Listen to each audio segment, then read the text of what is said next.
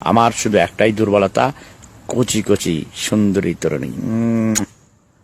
ওকে, আমাকে কচি কচি সুন্দরী তরুণী দেওয়া, এটা সুন্নাত রাসূল। আমার নবী হযরত মুহাম্মদ মুস্তাফা আহমদ মুস্তাফা সাল্লাল্লাহু আলাইহি সাল্লামও এটা লাইক করতেন, কচি কচি মাইয়াদেরকে। ওকে, আমি ওটা সুন্নাত রাসূল, আমিও লাইক করি।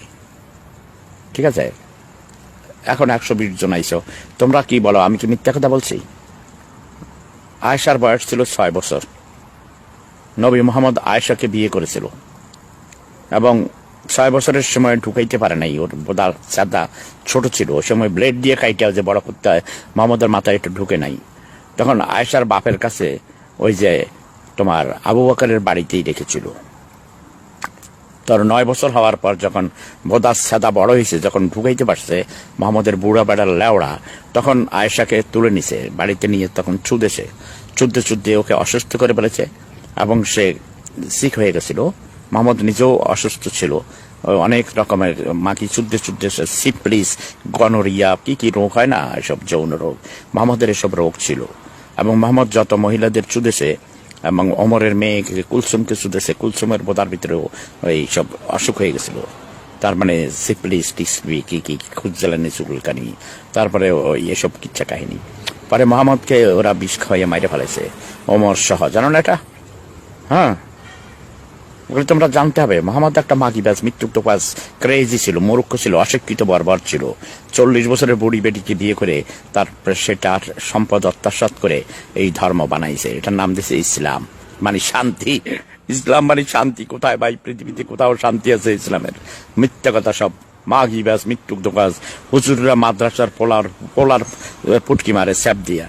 মা কিছু মেয়ে, ছোট ছোট 6-7 বছরের মেয়েদেরকে মসজিদের মধ্যে পড়াইতে যাই। ইমাম সাহেব হুজুর বলে, তুমি একটু পরে যাইও, যার দুধ বড় হয়েছে। তুই আয়েশা, তুই পরে যাইস। সকিনা রহিমা খালেদা মাকিনা কি নাম, পরে যাইস। সরি, নাম এরকম করে খালেদা করলে আবার আপনারা মনে করেন না খালেদা জিয়া, তা না। ওকে, হাসিনাও হইতে পারে নাম, বুঝেন নাই? তো বলে যে তুমি পরে যাইও মা, তুমি একটু মসজিদটারে ঝাড়ু দাও।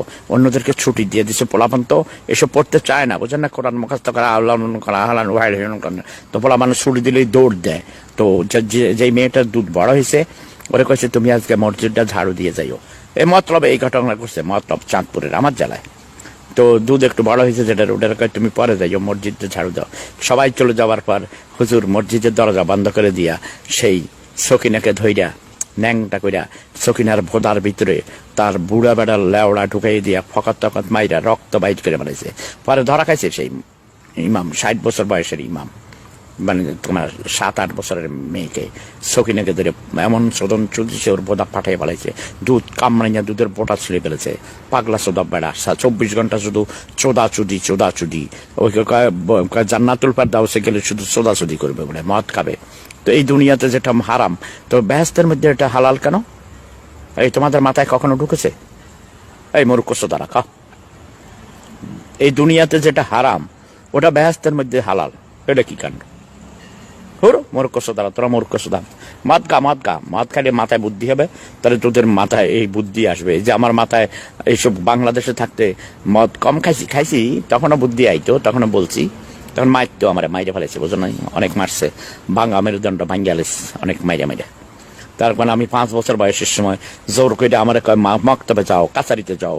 হুজুর ছিল, মালানা সাহেব ছিল, কারি সাহেব ছিল, কয়েকে কোরআন শরীফ এমনি পড়তে পড়ছি কয়েকগুলো। পর কয় মুখস্থ করতে, কয় হাফেজ হইতে। আরে সুরা মুরা কতগুলো মুখস্থ করতে যাই।